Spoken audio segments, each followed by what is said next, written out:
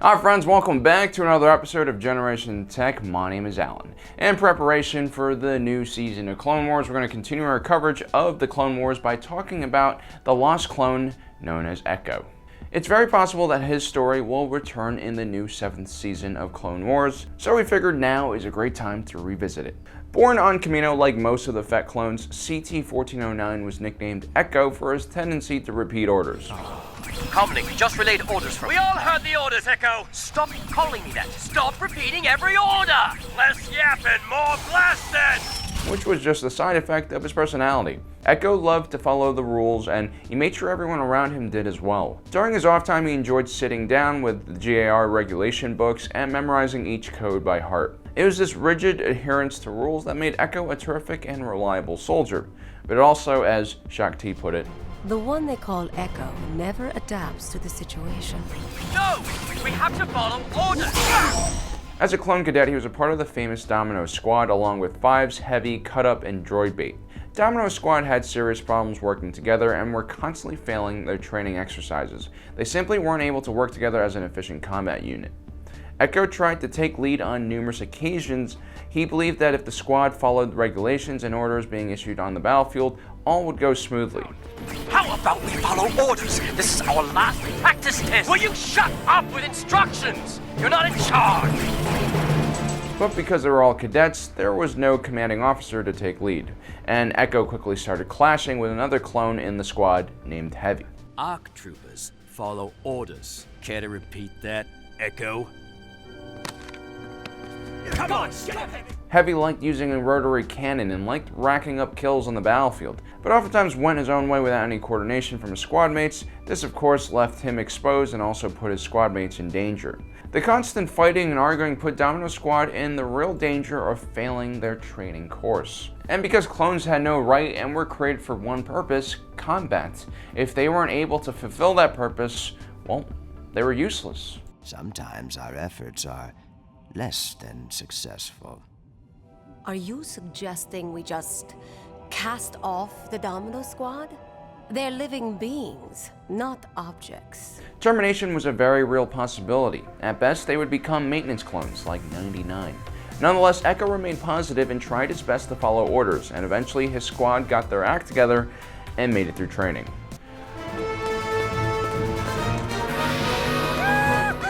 Domino Squad's first assignment was on a small listening post on the Rishi moon. Despite its remote location, it was still a very important base. Rishi Station guarded one of the approach vectors to the clone world of Kamino. While the rest of Domino Squad tried to find a way to alleviate their boredom, Echo, being Echo, remained focused and alert. Which was a good thing because General Grievous was on his way to invade Kamino to destroy the cloning facilities there. But first he had to covertly take over the Rishi listening station so that the all-clear signal there wouldn't get disrupted. This way the New Republic would never know that the Separatists were on their way to Kamino. Using a squad of BX commando droids, the Separatists managed to catch the clones on Rishi Station off guard, killing most of the garrison, including Droid Bait. Luckily, a few clones managed to escape and link up with Captain Rex and Commander Cody, although a giant eel does kill Cut Up. While everyone is freaking out, Echo responds in his normal, rational way. What the hell was that? That was an eel. Now that's why we have the regulation not to go outside. The more experienced clones show the Shinies how to take down a giant eel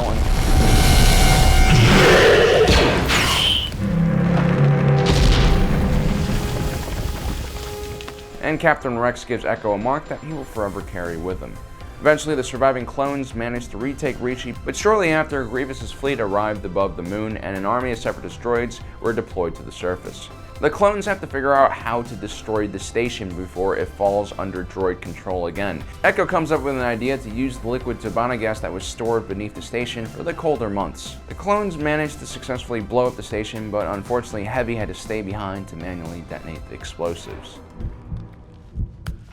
Do we take prisoners? I don't.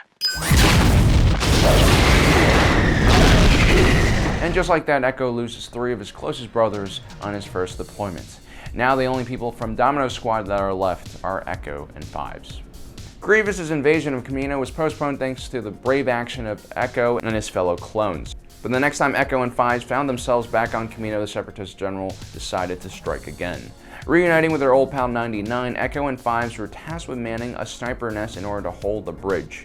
Exposed and outnumbered, the two somehow managed to tower defense the hell out of that position and hold off a huge amount of Aqua droids. 5, keep firing. We can beat these guys. The two withdraw eventually and link up with Commander Cody and Captain Rex once again and help hold the cadet barracks from another group of Separatist droids. Cadets, now! In the end, the clones managed to save a group of cadets, but 99 was mortally wounded and died in Echo's arms. We lost a true soldier. He really was one of us. For their valor and skill in combat, both Echo and Fives were promoted to ARC Trooper by Commander Cody. We did what we had to do, sir. What any clone would have done. Both of you showed valor out there. Real courage. Remind me of me, actually. Echo, Fives, you're both officially being made ARC Troopers.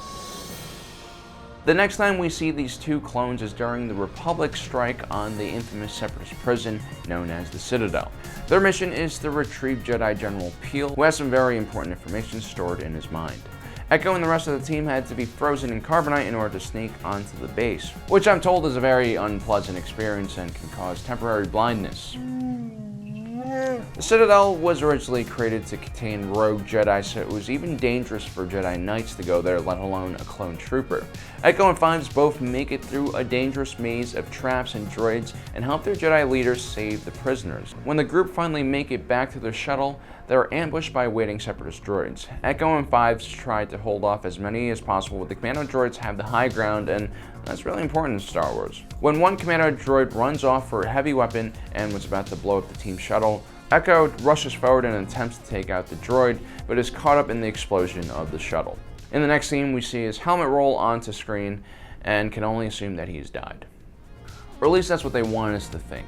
When news of the canceled 7th season of The Clone Wars was released to the Star Wars community, they also released several half episodes that had completed story reels.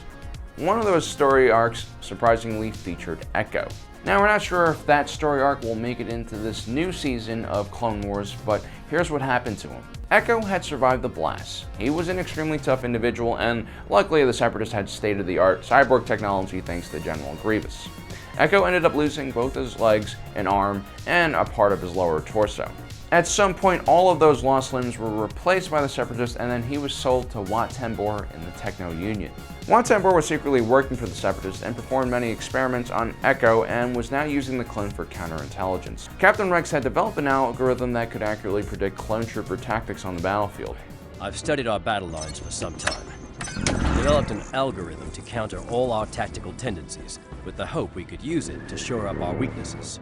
Since this battle for Anaxis started, the Separatists have always been one step ahead of us. Echo, being the kind of guy who really loved that kind of stuff, memorized the entire algorithm, and now the algorithm was in Separatist hands. On the planet of Anaxis, General Trench was using that algorithm to turn the tide against the clones. Eventually, Anakin, Rex, and the clone commandos of Clone Force 99 managed to track the algorithm signal to Echo, where they were surprised to find the ARC Trooper still alive and now hideously modified. Despite all the tribulation Echo faced, he seemed to return back to normal pretty quickly and was eager to fight the Separatists once again. Echo, you're up. Don't worry. As soon as I plug in, I'll send a signal to the command ship. As far as the droids are concerned, we're just gonna be another one of their shuttles coming in for a landing. He would go on to serve the Republic forces during the Battle of Anaxis and was a part of a crucial raid on Admiral Trench's flagship. Echo was able to patch himself into the Central Separatist Droid Army command system and overload every droid in the entire sector, causing a swift victory for Republic forces.